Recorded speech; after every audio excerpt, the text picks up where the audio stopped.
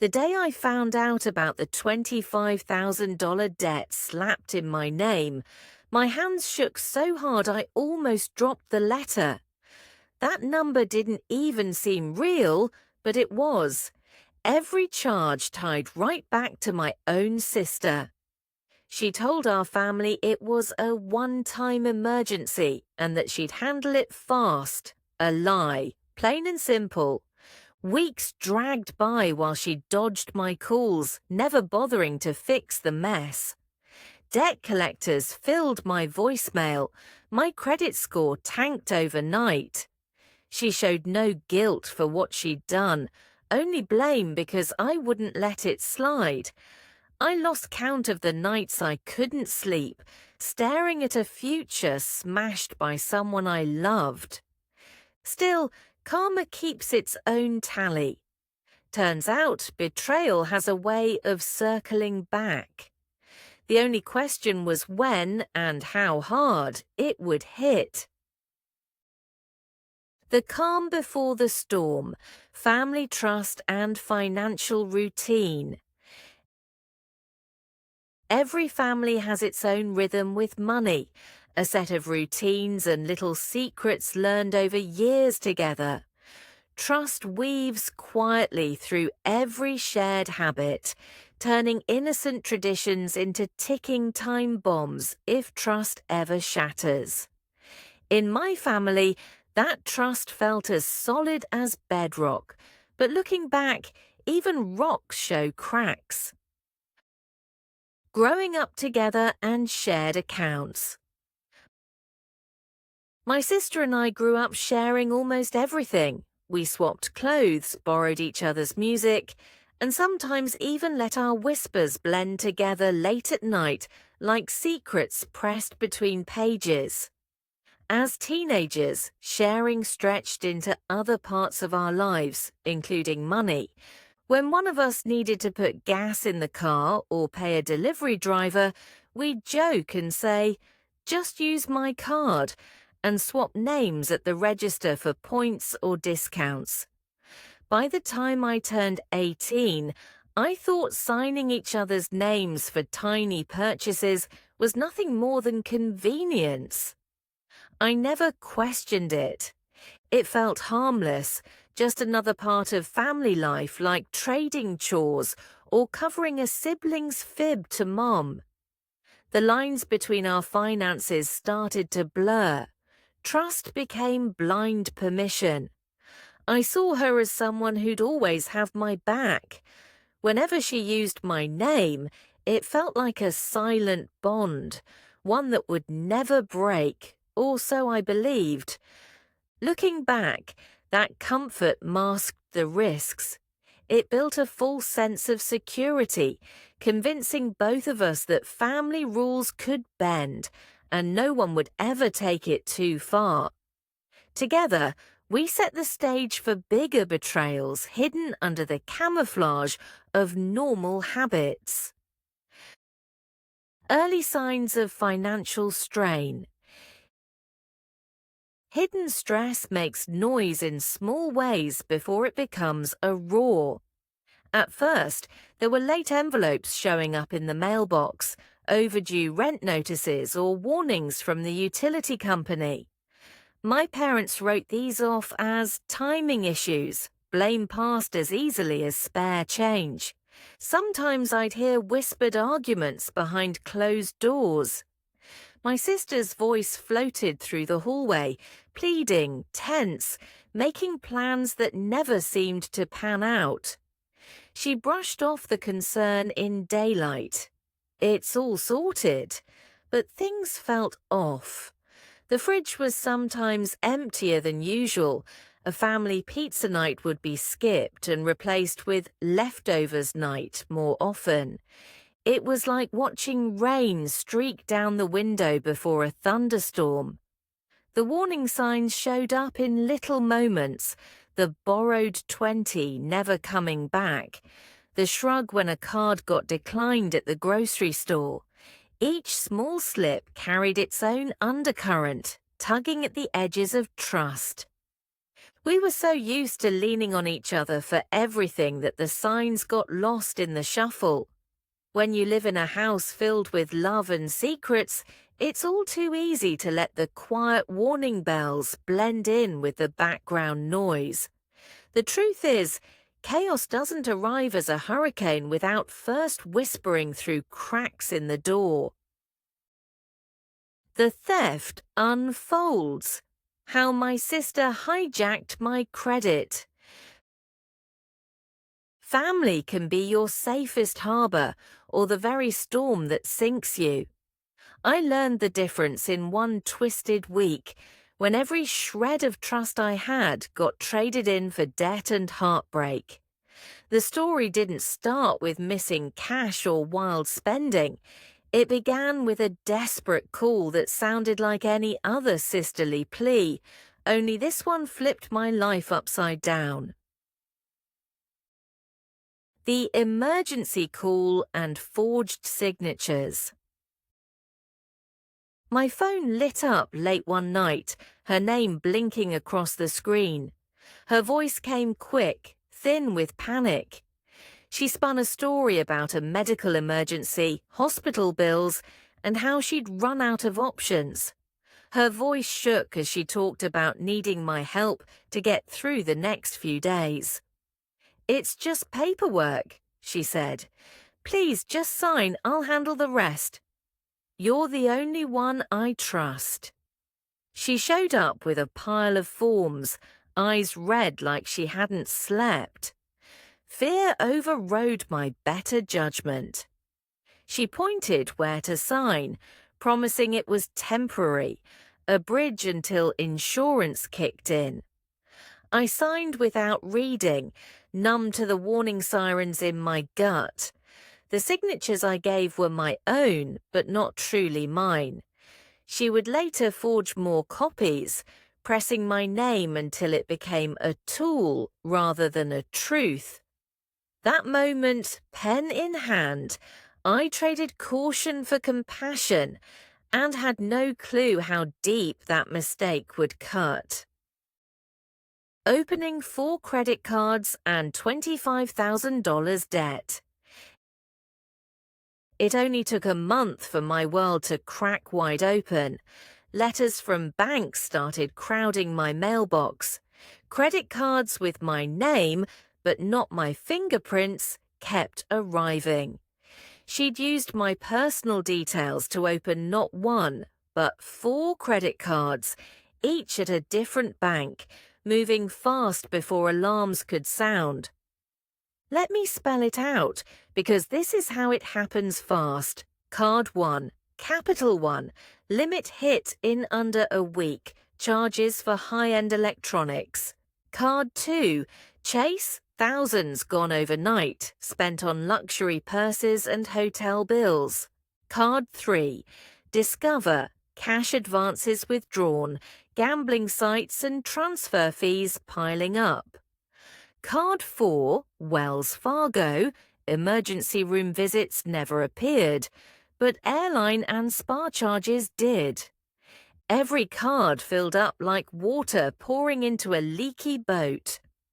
By the time I caught on, she had racked up more than $25,000 in debt, and late notices piled up in fist-thick stacks on my dresser. My credit score plunged so fast it looked fake. I'd always believed banks were ruthless, but nothing chills you like seeing your name in debt collector crosshairs, especially when you never spent a single dollar of it. Police report and initial shock. Filing a police report on your own sister feels as cold as winter. My hands couldn't stop shaking when I walked into the station, a folder of statements and bank letters tucked under my arm.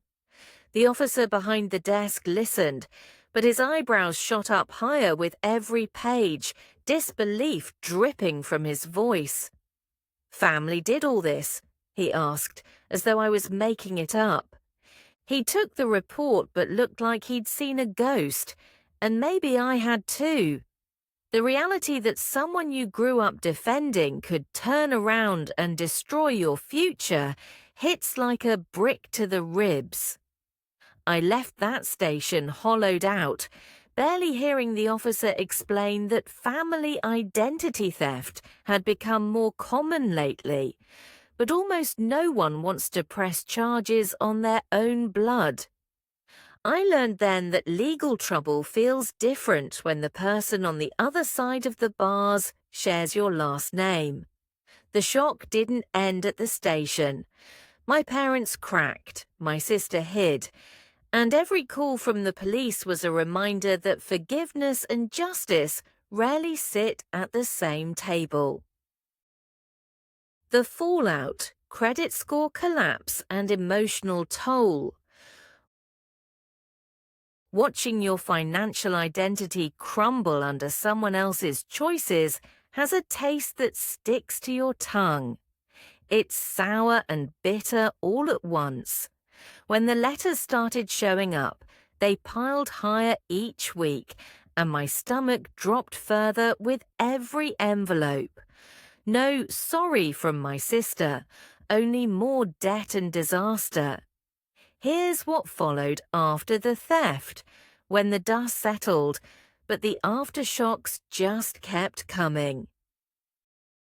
Credit report hit 0, loan rejections. When you hear stories about a ruined credit score, you don't feel the weight until you see your own drop straight off a cliff. Mine didn't just slip or sag, it nosedived. I logged into my credit report one afternoon, hoping maybe the numbers would buffer my panic. No luck. My score stared back at me, barely scraping above the basement. It was as close to 0 as you can get without being a ghost. The worst, not just the numbers, but the doors that slammed shut in my face. I applied for a new apartment, holding my breath and telling myself it was a formality. Rejection. Tried for a car loan, another no. Even applying for a basic store credit card became a joke. Each denial came with the same robotic language. We regret to inform you. But the heartbreak was personal every single time. These weren't just setbacks, they chained me in place.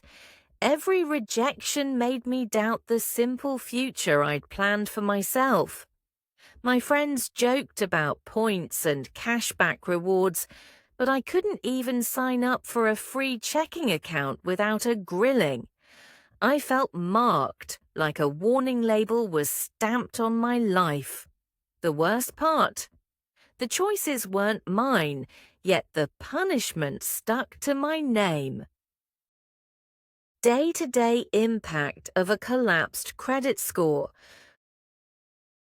When your credit is wrecked, even basic things get hard. Phone contracts, companies want a hefty deposit or say no. Apartments, landlords toss your application in the trash. Jobs in finance, off the table. They check your credit. Car insurance, rates shoot straight up, if they'll cover you at all. Simple emergencies, no backup, no credit, just dread. It felt like being locked out of my own life. I was trapped in a room without doors, and every escape had been bricked over by my own flesh and blood. Emotional backlash and family conflict. Money tears families apart, but betrayal splits them wide open. The fallout didn't just flood my mailbox, it poured into every conversation.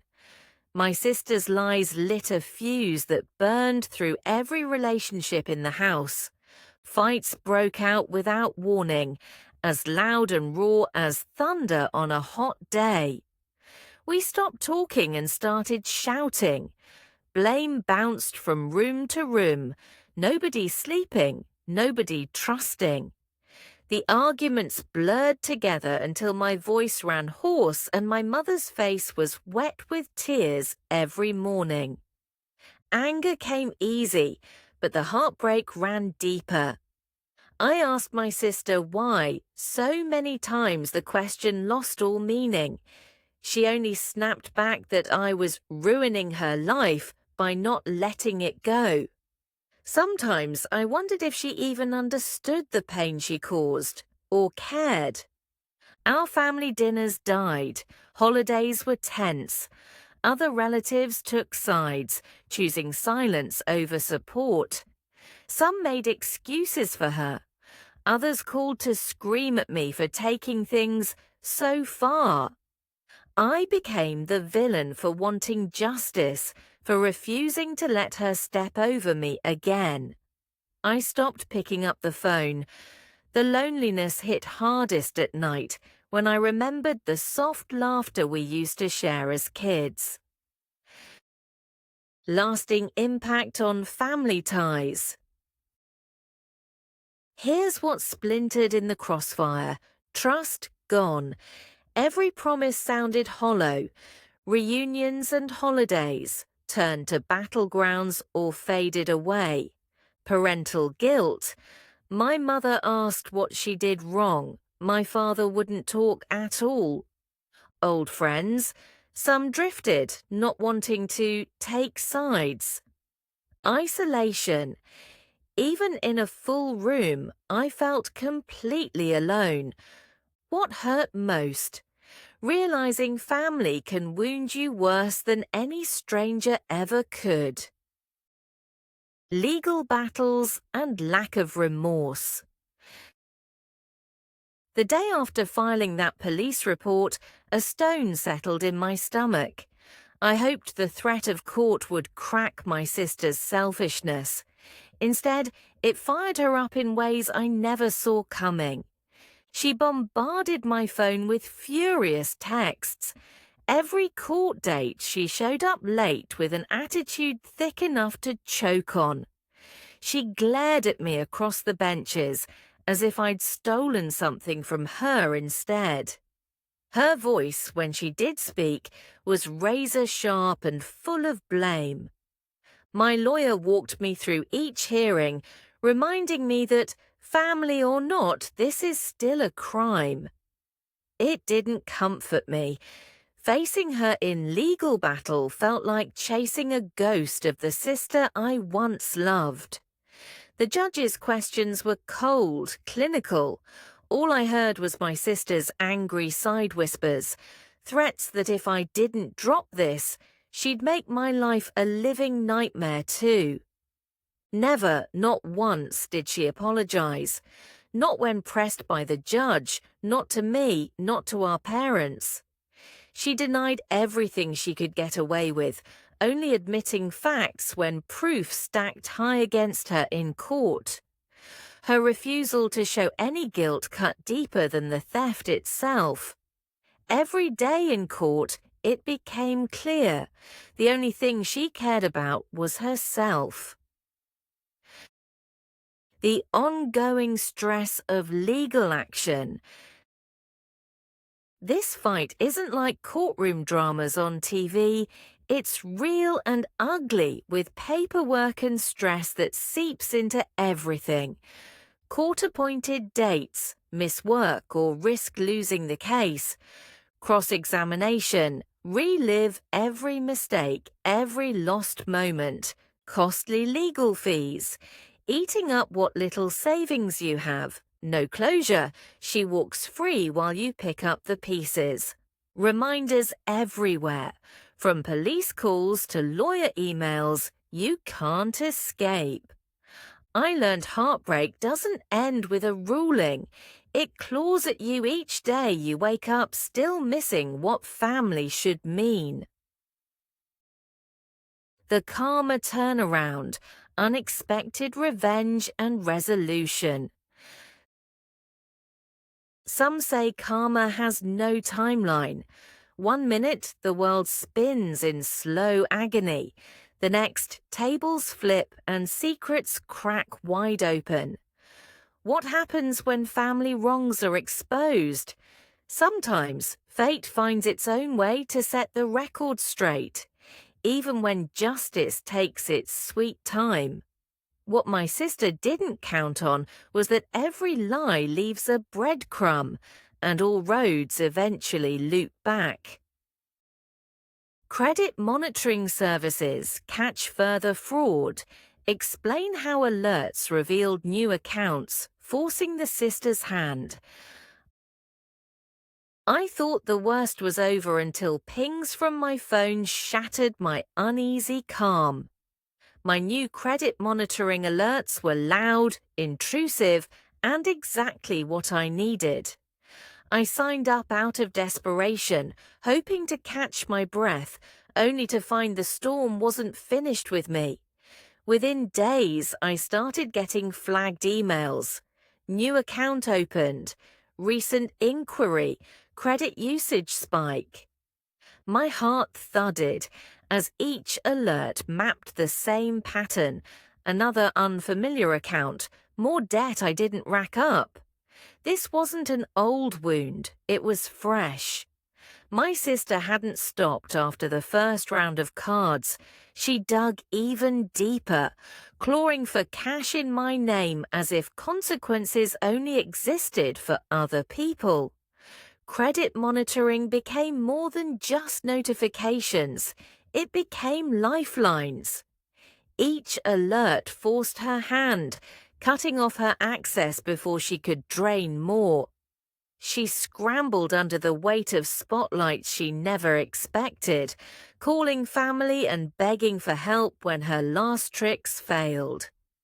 This time, the paper trail was unmistakable. She couldn't hide the fingerprints or the pile of new debt written in my name. It was tech catching the thief, an electronic tripwire that finally made her run out of room. Sister's arrest and public exposure on Reddit. Describe the viral Reddit thread, the community's reaction, and the sister's arrest. While I tried to control the damage, news broke in a way I never saw coming. One sleepless night, my story landed on Reddit, thanks to a friend, raw, angry, resistant to erasure. Sister stole my ID and destroyed my credit. Now cops are involved, AMA. The upvotes came fast, hundreds then thousands, turning my pain into a cautionary tale. Strangers from around the world read every gritty detail, and the thread exploded with support, outrage, and chills spilled out into the wild. Some posters shared their own heartbreak and similar betrayals. Others combed through legal tips and heartfelt messages for me, siding with the victim when family had failed. The thread trended on r/legal advice and flooded into r/true off my chest, multiplying by the minute. Each sharp comment was a digital echo of every injustice my sister tried to sweep away. When the cops saw the online frenzy, the case ballooned in urgency.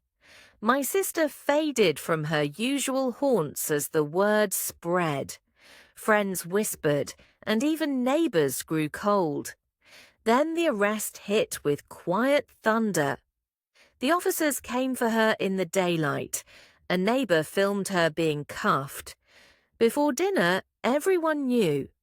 Her mugshot circled through group chats, paired with screenshots of the Reddit thread. There were no secrets left by the end of that week. My sister's reputation, so carefully curated, shattered in 2 nights flat. Financial restitution and credit repair steps. Outline the settlement, the steps taken to rebuild credit, and the bittersweet sense of justice. The legal process wasn't swift, but karma works at its own pace. Settlement talks dragged out for months, grinding away at what was left of our family's patience. Through lawyers and forced mediation, my sister faced a hard line: repay what she stole or face jail and years more in the system. She agreed to restitution under the state's fraud laws after her public exposure. For the first time, real consequences arrived. Her wages were garnished. Any tax returns went to the bank she'd owed in my name. She couldn't open another credit line. Every bank in town flagged her for fraud. Restitution helped, but my real battle was fixing the damage she left behind. Disputing fraudulent accounts. I clenched my jaw through calls with each bank, mailing police reports and affidavits. Banking clerks recited scripts, but some tipped their voice with pity. Slowly, debts vanished from my reports: credit freeze and identity protection. I added fraud alerts and locked my credit, finally seeing some peace in my inbox. Rebuilding credit. I started with a secured card, careful and cautious, paying it off each week. Every on-time payment was both a middle finger and a promise to myself. Regular monitoring. Weekly checks became ritual, not paranoia. I watched numbers crawl upward, each point a small victory. Sometimes winning isn't sweet. Each bank letter that cleared my name felt like proof someone cared, but the scars lingered.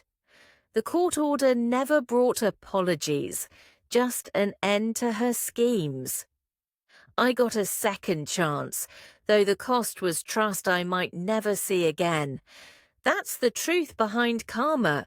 It cleans house, but the repairs are your own. Lessons learned: protecting yourself from family fraud. Trusting family comes as second nature until that trust is shattered by betrayal.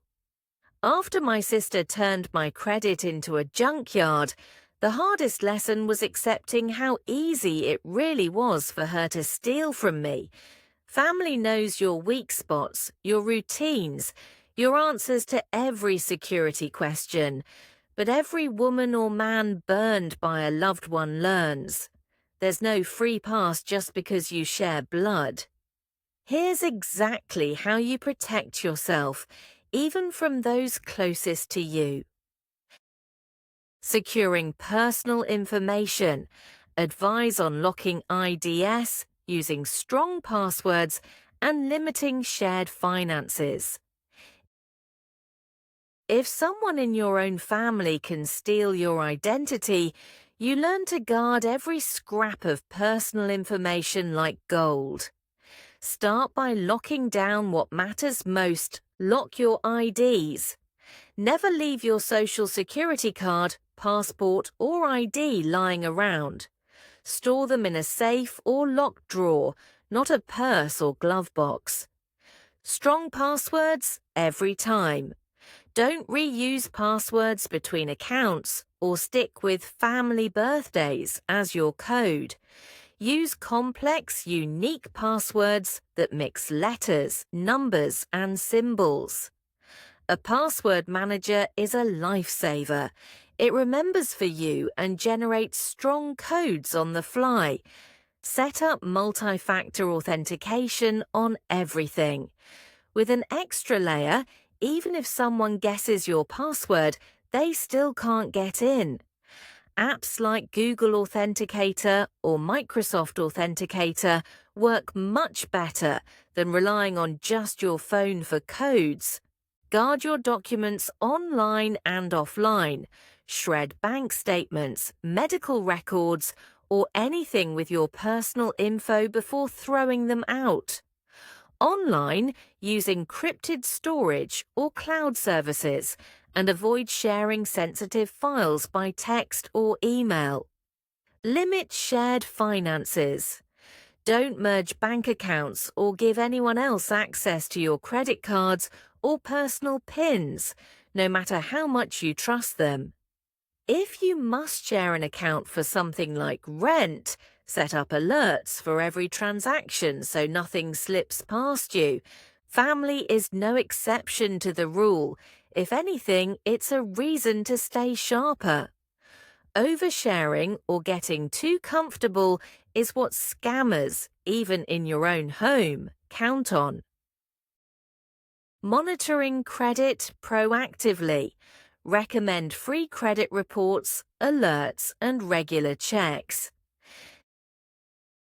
Discovering fraud too late is gutting, but you can stay ahead with a few routine habits.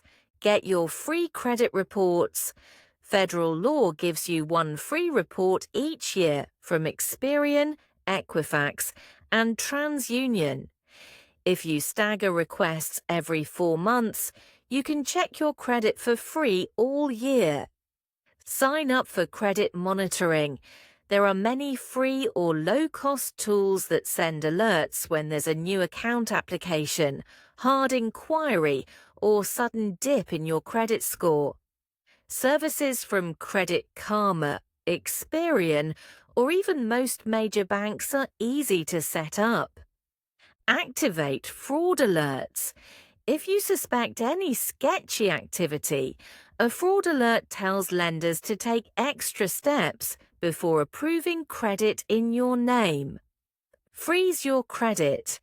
This locks your credit file from all new activity. No one, including you, can open new accounts until you thaw it. Check statements and accounts frequently. Scan your bank statements, credit cards, and even PayPal or Venmo transactions each week. Any odd charge, no matter how small, is worth a closer look. It's not paranoia, it's self-defense. The faster you catch something, the easier and cheaper it is to reverse the damage. Legal safeguards and family boundaries. Suggest power of attorney limits, written agreements, and when to involve law enforcement. After you've been burned, you learn that legal boundaries with family are not just smart, they're survival. Restrict power of attorney. If you ever grant a family member power of attorney, spell out strict limits. Set an expiration date. Make sure it only covers exactly what you intend, like paying bills for a specific period. Never sign blank forms and keep legal copies somewhere only you can access. Written agreements only if you lend money, co-sign a loan, or add someone as an authorized user. Document everything. Use contracts or at least email chains that lay out expectations and responsibilities. Don't rely on trust, put it in writing. Separate finances in writing. Open accounts in your own name. Don't let anyone else access your logins or PINs. If you share an address, opt out of pre-approved credit offers that come in the mail and shred any you get. Act fast if you suspect fraud. If you spot unauthorized charges or accounts, report them at once. Contact all 3 credit bureaus, file a report with the FTC, and don't hold back on calling the police. Family or not, stolen identity is a crime. You're not betraying your family by setting strict boundaries. You're defending yourself from betrayal before it hits. Fail to do that, and you're wide open for a repeat performance.